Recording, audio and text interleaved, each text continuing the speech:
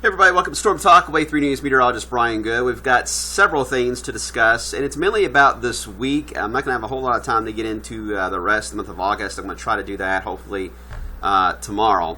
I know you guys are asking a lot of questions about that, but at least I'm going to cover the short term. We've got a lot of challenges here for the next few days. First off, the outlooks, as we always do. Slight risk, mainly along and east of I-65. Marginal risk everywhere else. You see the darker shade there of green. Tomorrow, it's mainly our southern and southwest counties and the marginal risk for severe weather. I'll show you why that is the case. And then as we head into Wednesday, mainly southwest Kentucky, although I think that marginal may be a little more to the east, and it could very well carry into Thursday. A lot of questions on that part of the forecast. Let's get you through what's happening right now. And at the moment, we're quiet. There's actually no rain on the radar. That's just some of the clutter showing up. And you look at the visible satellite, not too bad at the moment. We don't see a lot of activity really taking shape across our neck of the woods. But let me broaden out the view a little bit. We had that gust front that came through. I mentioned this on the grab and go video, by the way, how this all played out. We had thunderstorms that kind of raced through portions of Ohio this morning. They produced a gust front that went to the southwest, and you can see evidence of that boundary that pushed into the south and southwest earlier on this morning, around 7 to 11 o'clock this morning. Now, what happens when you get a burst of air, it's actually stable air, briefly, that can move over, and then it'll become unstable again. So it's about us some time, basically, to have quiet weather for this afternoon, and it's going to make for a hot afternoon, too, because of this quiet period we're experiencing. But right on the edges of where that boundary pushed out, and it pushed out in every direction, pretty much 360, okay? So everywhere in that area of the outflow is where the thunderstorms are likely to develop. It's going to be likely in through here. We likely will see some type of development in through here as well, and then fairly quiet initially in the middle. So it's going to be the rain that will fire first, and I think it's going to be the way the cumulus clouds are building here across Indianapolis. I think it's going to be that area that will likely see the first rounds of that rain develop. Not so sure about this part of the rain here, how much of that is going to get going. We'll wait and see. Maybe a little bit of a delay compared to what's happening in Indiana and Ohio. Either way, this activity across the north will likely track to the south and east. This activity will track a little more east. So it's not a sure thing, really, on the storm chance for this afternoon. I can understand, I guess, why the Storm Prediction Center has a slight risk out, and I'll explain some of the values here in a second, but this is not going to be a major event because I really don't think a lot of people are really going to get much out of it. But if you look carefully to the west, this is the sign of what we have to deal with for late tonight and more so tomorrow. It's another boundary that's going to work its way into the southeast, and that will be a factor for us on Tuesday. So a lot of moving parts in a short period of time, but not a lot of rain to talk about. So I'll make sure to stress that. Let's begin with the shear. Two areas of shear. One being found with the actual front that I was just pointing out there to the west. Let me change my wand so you can see it. This is the shear that we'll have to deal with. It'll dive more into southern Kentucky on Tuesday. This is the shear for the first system here, and you can see why the best chance is going to be for anything for damaging winds, mainly as far as organized activity, will be mainly Cincinnati and south and east, generally where the slight risk has been drawn, and then we kind of got a gap in between the two here, and that's why it's more of a marginal risk for a good chunk of wave country into the west. Now here's the downdraft cape, and again, there's a lot of cape that we mentioned, the energy in the atmosphere, but there's also a lot of downdraft cape, which means that even without the shear, now remember what the shear was. The highest shear value is around Cincinnati I just showed you, and then also around the front back here to the west. But even without the shear, you've got to watch a downdraft cape for isolated downburst gusty winds that can produce winds up to 50 to 60 miles per hour in very small isolated cases. It is the counterbalance, really, to having no widespread wind shear above to provide them longevity. So, given the idea that the downdraft cape is elevated, I can see why pretty much anywhere in the zone has a chance for a gusty storm today.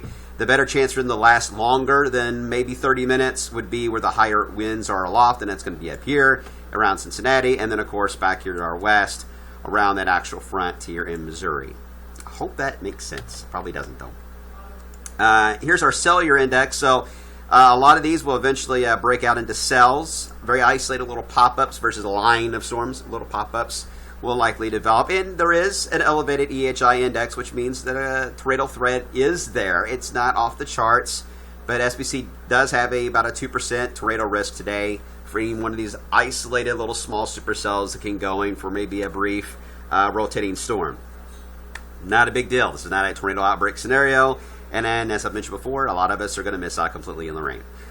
So it's not a sure thing. We just got a few little hot pockets of, sounds good, little hot pockets that are moving through at the moment that we do have to watch carefully, and we will. And we'll monitor the trends as we head throughout this evening. So here's one of the models we use, the Triple R. A lot of you weather nuts know what that is. And it's focusing on the higher wind shear to generate the storms in Cincinnati. It's picking up on the idea that maybe some development, a little more spotty, where the downdraft cape is higher. So very isolated cells here, a little more organized in the Cincinnati area. And that is where your better chance would be for severe weather. And then they'll fade out. But you do see a hint at the very end of this. See that little hint?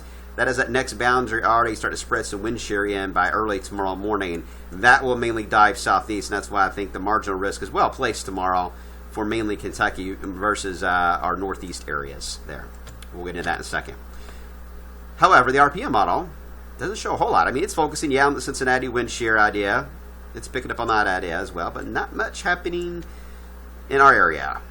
Not sold on that completely. I think there will be a few cells that are going to pop up in that area just because that boundary came through. But as you can see there, it kept most areas dry. All right, so that is the short-term event we've got to get through this afternoon, early tomorrow. Again, not a big deal. Now, as we head into the longer range here, we'll start with Tuesday, leading up to the main event, as you see in the banner there, which will be Wednesday and Thursday.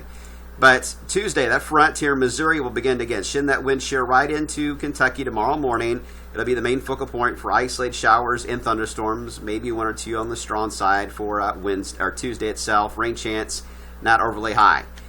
It fades out, but then we get this area of low pressure that is going to work its way along that front. Now, here's where the models begin to diverge a little bit. The question is going to be not only the track, but the speed of this low pressure moving through the Ohio Valley.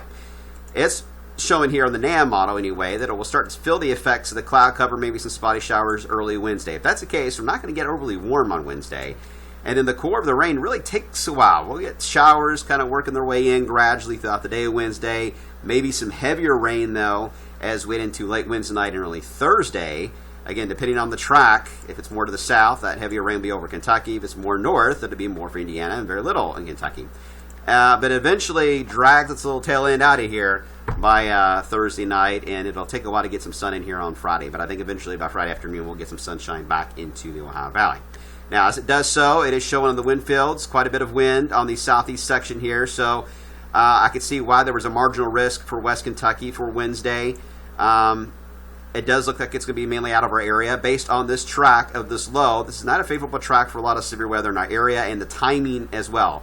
Arriving in here early in the day with some showers and clouds early before we get any daytime heating can really limit the amount of instability we have. In fact, we look at instability, it's not off the charts at all. There's some, but I would say laying between the lakes area down to Nashville, maybe Jonesboro, that'd be the area that I think would have the higher risk for anything strong or severe. And there is going to be a small trail threat, certainly in the southeast side of that, in the heating of the day. Meanwhile, you look at the GFS. It, by the way, has nothing really wind field-wise. Has no low pressure even moving through here for Wednesday. Really, most of Thursday. It tracks the low way up here to the north, a little more broader below, and it keeps the wind field much more broader, too, on the south side all the way through Friday afternoon. It doesn't give us a break until sometime on Saturday. It does look cooler, too.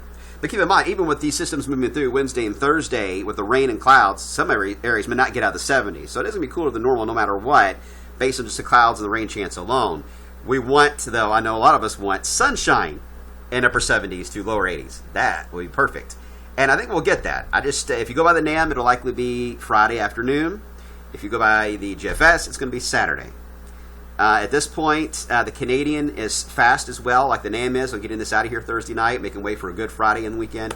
The GFS is dragging its tail. The Euro's coming in now, and I'll have an update on that, of course, in the news this evening. But that's what we're waiting for to see how things are going to play out Wednesday and Thursday. That's the problematic part of the forecast. Otherwise, anything this afternoon short term is going to be very spotty, very isolated, not a big deal.